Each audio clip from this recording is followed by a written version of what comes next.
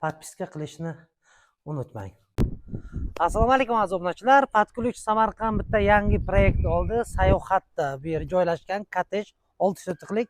Bu yerni полностью demontaj qilib, qaytadan remontini qilamiz. Mana bu tomlarni ko'taramiz, bu yerga xudo xolasa naves qilamiz. Mana bu hozirgi holati. Buni полностью boshqatdan qilamiz. Fasadlarni, yerlarni. Hozir bitta ishkani ham ko'rsatib o'taman.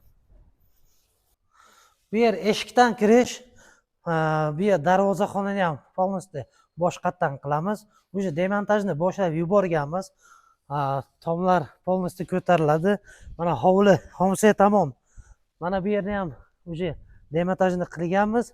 Mana bu men turgan joyga xudo xolasa barbekyu, letniy kuxnya bo'ladi. Xudo xolasa hozir ichkarini ham demontajni boshlaganmiz, hozir ko'rsatib o'taman. Bu yerdan eshikdan kirishga hol joylashgan. Mana bu sanuzilni olamiz, u tomonga ko'chiramiz. Bu yerda namozxonamiz bo'ladi. Bu yerga zal. U tomonda ham bitta zalimiz bor. Bu yerni remonti bo'lgan edi, yangi egasi bu yerni sotib olganlar, o'shaning uchun remontini qaytadan qilyapmiz. Patologlarni ham uzyapmiz.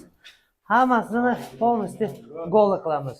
Bu yerda bitta xona, sanuzil ichkaridan bo'ladi eshigi, bu yerga bitta xona, spalnya, bu yerga ham bitta xona. Mana bu yer hammasi ish jarayoni ketyapti. Xudo xolasa mana bu tomon namozxona, namozxonadan kirishga bu yer tapchanlik bo'ladi. Mana bu yer xudo xolasa zal bo'ladi va kuxnya. Xudo xolasa ish jarayonlarini hammasini qo'yib borishga harakat qilamiz. Bizni yo'qotmaslik uchun podpiska qilishni unutmang.